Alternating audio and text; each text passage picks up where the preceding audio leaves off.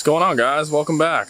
We are in the midst of tropical storm or hurricane Elsa, whatever it is now, but it's been a good week for surf in Charleston and even for fishing. And I know that we've been doing a lot of fishing lately on this channel, and it's not really like, it's definitely what I want to do. I love fishing, but in the grand scheme of things, this isn't fishing Charleston. This is fishing and surfing Charleston. So I really wanted to get back to my roots and add something to this channel that would kind of let me get out there a little easier and let me get some footage easier, because I don't feel like pestering anyone to film me surf. I feel super vain doing that, although whatever, it is what it is. And yeah, so I had this idea. I had a SOLOSHOT a couple years ago, and that's what I filmed a lot of my skimboarding with. A lot of my friends that have seen me go through a few activities and hobbies know that when I was skimboarding, I used the SOLOSHOT a lot because no one was out there with me, and it kind of let me film myself and get some exposure.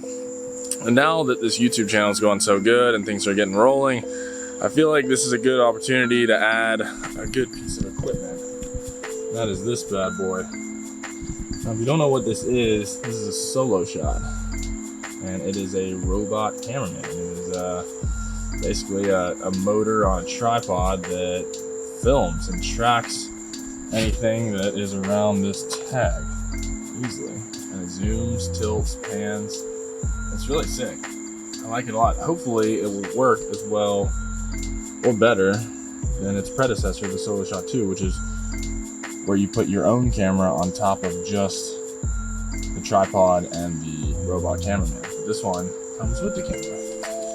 I thought it was super cool. Anyway, a friend hooked me up with this.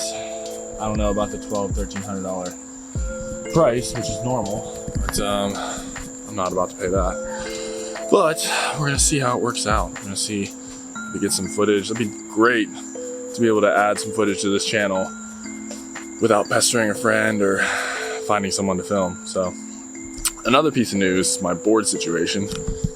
And you all know I love my long toe. I love it with all my heart. But this thing has been a massive pain lately. And by that I mean this bad boy.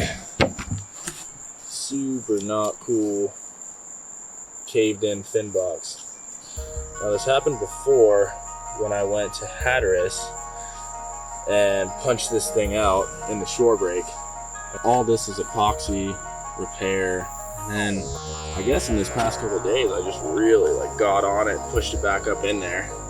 But I'm pretty much over it. I might get Malcolm to fix it once I get a new board, which is coming. Super stoked on that. Got a fresh mini Simmons coming, which will be super cool to have. This one was actually used. I got it off Shred Season. It's a local board salesman, Liam Becker, super good guy. Highly recommend getting boards from him. Great prices.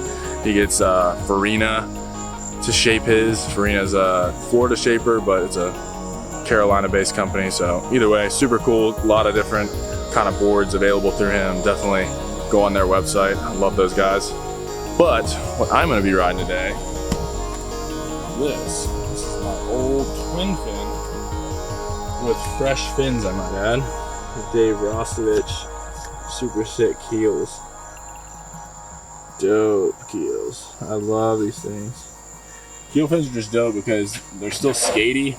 They have such good drive, but you can still crack them loose.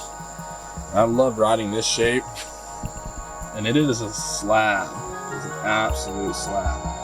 And I love riding this shape. Here's the dims.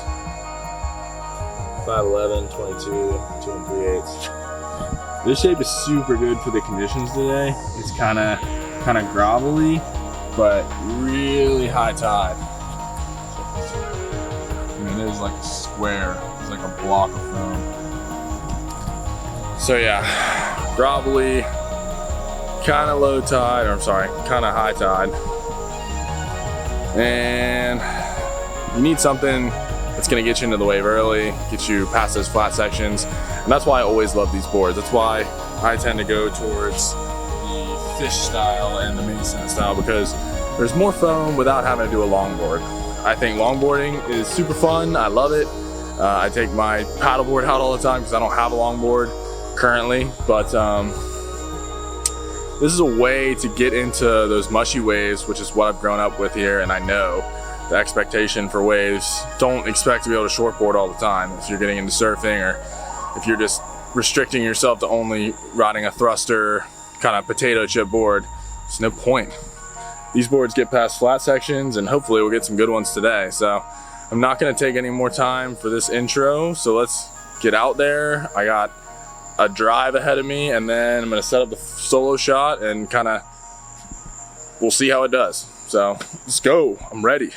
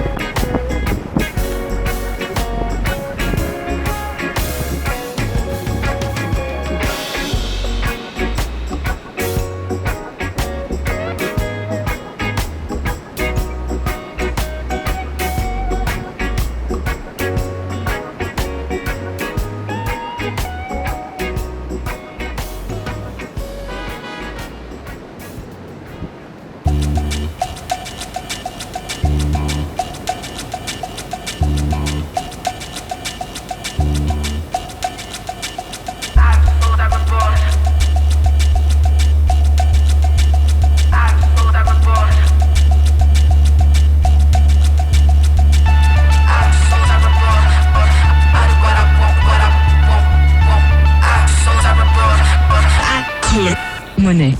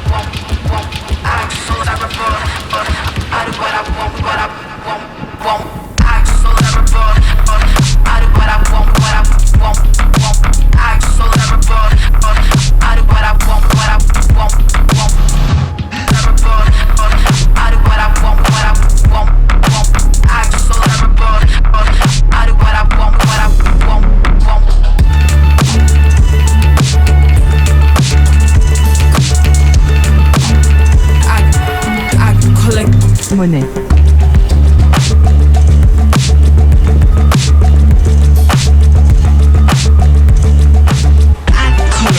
Money.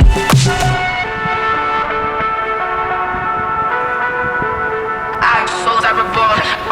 I do what I want, what I want.